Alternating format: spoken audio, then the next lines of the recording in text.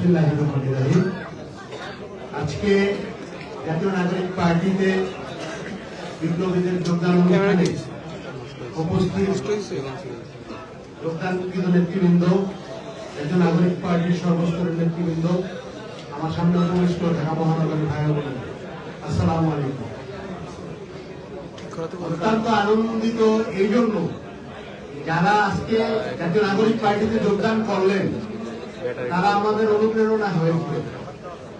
আমরা বিগত দিনে এই যে আমার ভাই মহিউদ্দিন রনি, আমরা দেখেছি বিশ্ববিদ্যালয়ে যে কোনো অধিকারের প্রশ্নে, যে কোনো অ্যাক্টিভিজমের প্রশ্নে সবসময় আমরা দেখেছি আমাদের কাবি ভাই কোনোদিন পরিচয় হয়নি, কিন্তু আজকে আমি এই কথাটা বলতে চাই যে উনি কন্টেন্ট ক্রিয়েট করতেন। আপনারা দেখবেন যে ওনার কন্টেন্টে 1000 মানুষের সামনে বক্তব্য নাই, 1 লক্ষ মানুষ নাই, 100 জন মানুষ নাই, কোন জনসমাগম নাই, কিন্তু কন্টেন্টটা এইরকম ছিল যে ওই কন্টেন্টই হাসিনার কাগজ কাটায় দিতে সক্ষম ছিল। আমরা কিন্তু দেখছি এবং এতটাই ক্ষুব্ধ হয়েছে তার বাড়ি পর্যন্ত জ্বালাই দিচ্ছে।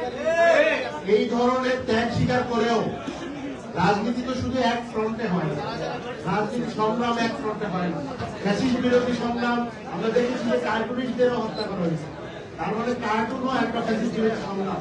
আমরা দেখেছি মুক্তিযুদ্ধের সময় ফাইনালের প্রতিকৃতি করা হয়েছে, আমরা দেখেছি এরশাদের সময় কি করা হয়েছে, আপনার যে এরশাদের ক্যারিকেচার রাখা হয়েছে, এটাও অনেক বড় রেভলিউশন ছিল।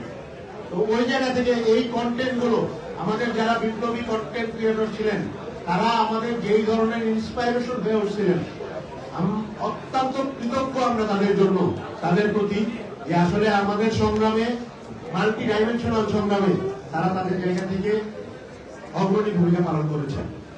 সেই সাথে ইসাক সরকার ভাইয়ের কথা কি বলবো, আমি একজন আইনজীবী, আমি খুব বেশি দিন হয় না আমার আইন পেশায়, 5 বছর যাবত আমি ওকালতি করি, ঢাকা কোর্টে ওকালতি করি। আমি ইসাক ভাইকে দেখতাম ওনার হাজিরা শুনে, তো আর আমরা ওনার নাম শুধু শুনছি। ঢাকা শহরে গত 15 বছর না, শুধু গত 20 বছর 25 বছরে যারা আন্দোলন সংগ্রাম যে কোনো ফরম্যাটে অংশগ্রহণ করছে, ইসাক সরকার নাম শুনে না এরকম ব্যক্তি। তো আমরা অত্যন্ত গর্বিত যে জাতীয় নাগরিক পার্টিতে আমরা একই সাথে একটা প্ল্যাটফর্ম শেয়ার করতে পারতেছি। আমাদের এই প্ল্যাটফর্মটা নেতৃত্বের নিচুর প্ল্যাটফর্ম না, আমাদের প্ল্যাটফর্মটা হচ্ছে সবাই কাঁধে কাঁধ মিলিয়ে আমরা দেশটা পরিবর্তনের জন্য আগে যাব।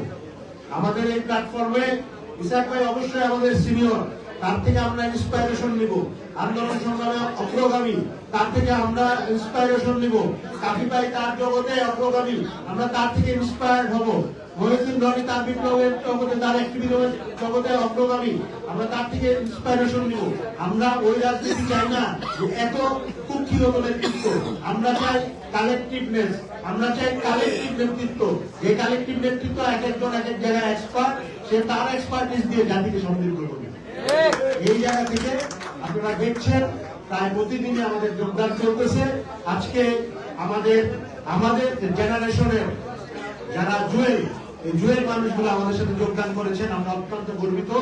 আমি আর কথা বলবো না, শুধু আমরা ঐক্যবদ্ধভাবে একটা সুন্দর বাংলাদেশ, একটা ঐক্যবদ্ধভাবে একটা সমৃদ্ধ বাংলাদেশ, যেই বাংলাদেশের লক্ষ্যে 5ই আগস্ট সকালবেলা আমরা রাস্তায় নেমেছিলাম। 5ই আগস্ট সকালবেলা যখন রাস্তায় নেমেছিলাম তখন আমি আলামিনের মাথায় এটা ছিল না যে আমি এমপি হব, আসিফ মাহমুদ শরীফ বইয়ের মাথায় ছিল না উপদেষ্টা হবে, সার্জিস আলমের মাথায় ছিল না যে সে এমপি ইলেকশন করবে বা জাতীয় নাগরিক পার্টির মূল নেতা হবে, ছিল না। 5 আগস্ট সকালে আমাদের সবার মাথায় ছিল বাংলাদেশটা পরিবর্তন হতে হবে। সেই বাংলাদেশ পরিবর্তন হওয়ার আমাদের যে যাত্রা, ওই যাত্রা কি সম্পূর্ণ সফল হয়েছে? আমরা একটা সিঁড়ি পার করতে পারছি। আমরা ধারণা করেছিলাম যে আমরা কয়েকটা সিঁড়ি পার করেছি, কিন্তু আমাদের বন্ধুরা পিছলে গেছেন।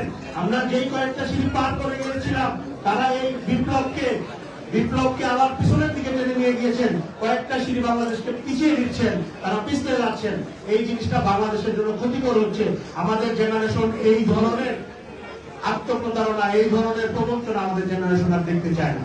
আমরা চাই অবশ্যই বাংলাদেশ যে প্রশ্নগুলো সলভ করে সামনের দিকে আগাইছিল, বাংলাদেশ একটা সুন্দর সমৃদ্ধ বাংলাদেশ হওয়ার দিকে আগাইছিল। বাংলাদেশের রাষ্ট্রীয় কাঠামো, রাষ্ট্রীয় প্রতিষ্ঠানগুলো শক্তিশালী হয়ে একটা জুলুম মুক্ত, ইনসাফপূর্ণ একটা সুন্দর রাষ্ট্র ব্যবস্থা তৈরি হবে। এই জন্য আমরা যে যাত্রা শুরু করেছিলাম, এটা আমরা ইনশাআল্লাহ কন্টিনিউ করে যাব। আমাদের রাজনৈতিক বন্ধুদেরকেও আমরা বলবো, আপনারা জনগণের সেই আশা আকাঙ্ক্ষা, জনগণের ম্যান্ডেটের প্রতি শ্রদ্ধাশীল হন। যদি শ্রদ্ধাশীল না হন, তাহলে আমার নারায়ণগঞ্জের ভাষায় বলতে হয়, একজন মানুষ বলছিল খেলা হবে, জনগণ তারা খেলে দেবে। এই ধরনের কোনো বিষয় আমরা দেখতে চাই না। আমরা সুন্দর একটা বাংলাদেশ চাই, সবাই মিলে বলবো ইনশাআল্লাহ। এই আশাবাদ ব্যক্ত করে আমি আমার কথা শেষ করছি। আসসালামু আলাইকুম।